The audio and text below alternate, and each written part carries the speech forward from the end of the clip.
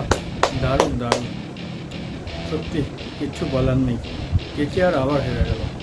এইভাবে হারতে থাকলে জীবনে আর কোনোদিন, এইবার 2025 থেকে 2025-এর এই টুর্নামেন্ট থেকে, আইপিএল টুর্নামেন্ট থেকে কেকেআর বাদ হয়ে যাবে, বাদ হবে, কেউ আটকাতে পারবে না।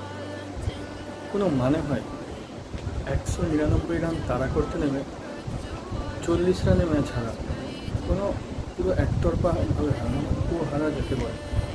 এরকমভাবে চলতে থাকলে এবারে 2025 থেকে সম্পূর্ণ বাদ হয়ে যাবে কেকেআর। কেকেআর এইবারে আর উঠতে পারবে না প্লে অফসে, আমি লিখে দিচ্ছি, নাহলে বলবেন। যদি উঠে যায় তো ভাববেন যে কপাল খুব ভালো, কিন্তু এরকমভাবে পারফরমেন্স চলতে থাকলে কোনোদিন আরসিবির সাথে ম্যাচ হওয়া থেকে শুরু করে, আরসিবির সাথে প্রথম ম্যাচে দেখুন, ভেবে দেখুন 100 রানের পার্টনারশিপ ছিল, সেইখান থেকে কত কম রান, 200 রান করতে পারলো না। 175 সামথিং করেছিল, সেটা আরসিবি 15-16 ওভারে তুলে দিল। এই যে মিডিল ওভার কোলাপস, মানে মিডিল অর্ডার কোলাপস করে যাচ্ছে, প্রত্যেকটা ম্যাচে হচ্ছে না। ফার্স্ট আরসিবির ম্যাচ থেকে শুরু করে মুম্বাই ইন্ডিয়ান্সের সাথে, তারপর পাঞ্জাবের সাথে 111 রান তুলতে পারবে না। তখন 111 রান তুলতে গিয়ে অল আউট হয়ে গেল 95 রান।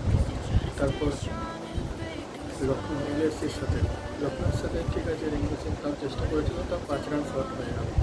কিন্তু কালকের খেলাটা ভালো, যখনই দুটো ওপেনার আউট হয়ে যাচ্ছে, রাহানে আউট হয়ে যাচ্ছে, তারপরই শুরু হচ্ছে ভেঙ্কটেশ আয়ারকে রিটার্ন করেছে অত দাম করে, তাও কিছু করতে পারলো না। কেন ওকে রিটার্ন করলো? এত ভালো প্লেয়ার থাকতে শ্রেয়াস আয়ারকে কেন রিটার্ন করলো না? এত ভালো প্লেয়ার থাকতে কেন রিটার্ন করলো না? এদেরকে রেখেই বা কী করছে আমি তো বুঝতে পারছি না। কোচিং ম্যানেজমেন্টই বা কী করছে? কোনো কারো চাপই নেই, এই যে যার মতো হাসছে, এই করছে। ক্রিকেট ফ্যানদের কথা ভাবো, যে ফ্যানরা এত লয়াল ফ্যান আছে, সাপোর্ট করছে এত বছর ধরে, তাদের জন্য কী করছে এবারে? এরকম দুহারা ম্যাচ তো হারলে তো চলে না। এখানে 199 অন্তত ফাইট করুক না, লাস্টে তো নিয়ে আসুক ম্যাচটাকে। 199-এর জায়গায় কিছু কাছাকাছি অন্তত আনলে তো ভালো লাগতো, জিনিসটা তো ভালো লাগতো ফ্যানদের। কিন্তু এরকমভাবে প্রত্যেকটা দুহারা থাকলে তো মানে সরি প্লেঅফসের কথা তো ভুলেই যাও। প্লেঅফস এবারে 2025-এর মতো দরজা বন্ধ, এক পা বাইরের দিকে। এখানের এখন টার্গেট হচ্ছে সিএসকের সাথে 10-এর দিকে যাওয়ার টার্গেট, নিচের দিকে যাওয়ার টার্গেট, উপরের দিকে যাওয়ার টার্গেট নেই। প্লে অফসে যারা যাবে তারা টিম জিটি, দিল্লি এরা হতে পারে। কেকেআরের চান্স এখানে খুব কম, মানে এখানে প্রত্যেকটা ম্যাচ জিততে হবে কেকেআরকে, নাহলে কেকেআর আর এবারে আর উঠতে পারবে না। সো এটাই বলবো যে কেকেআরকে আরও ভালো করতেই হবে। এখান থেকে প্লে অফসে উঠতে গেলে প্রত্যেকটা ফর্মে আসতে হবেই, নাহলে হবে না। ভেঙ্কটেশ আয়ারকে এখানে, ভেঙ্কটেশ আয়ার কালকে 19 বল খেলে 14 রান করবে, এটা কোনো টি-20-র একটা স্ট্রাইক রেট? কোনো স্ট্রাইক রেট না টি-20। সেখানে তোমার রঘুবংশীকে, কনফারেন্স রঘুবংশী, ওকে তুমি নামালে একদম শেষে, রমানদীপেরও পরে তুমি নামাচ্ছ, এটা কোনো জায়গাই না। তোমাকে নামানোর দরকার ভেঙ্কটেশ আয়ার, আগে নামো, নাহলে পরে নামো, তারপর তুমি রাসেলকে নামো, তাহলে ঠিক আছে। কিন্তু এত পরে নামার চলে আর কোনো বলও খেলতে পারলোই না। ছেলেটার ট্যালেন্ট আছে, সেটা তো ম্যানেজমেন্ট নারিশ না করলে কিন্তু সে যেটাও পারফরমেন্স রিঙ্কু সিংয়ের মতো করতে পারবে। রিঙ্কু সিংয়ের চেষ্টা করছে, কিন্তু মাঝখানে কয়েকটা ব্যাটার, ওদেরকে লাস্টে নামাতেই হবে, হবে না।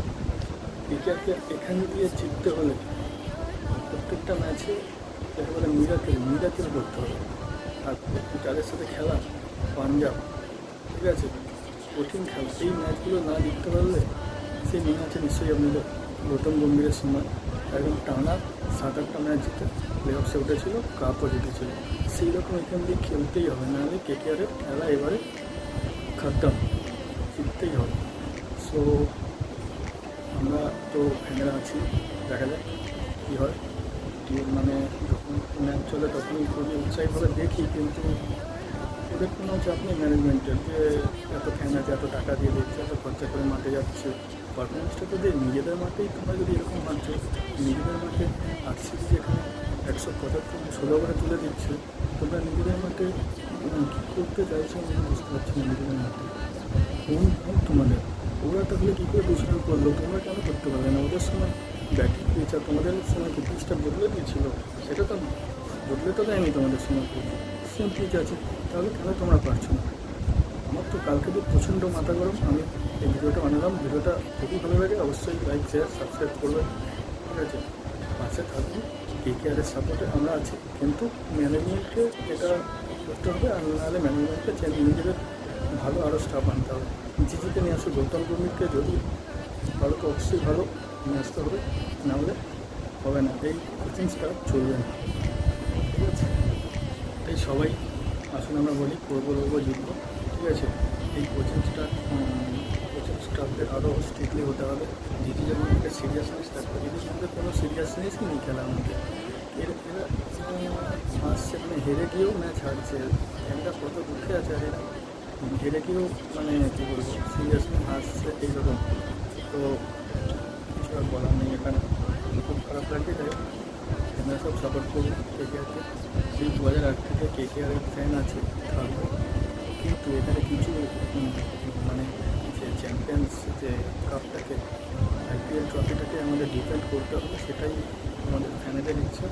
তো এটাই, এই জন্য আমি ভিডিওটা বানালাম। যদি অবশ্যই ভালো লাগে তো অবশ্যই ভিডিওটা শেয়ার করুন। So come on KKR।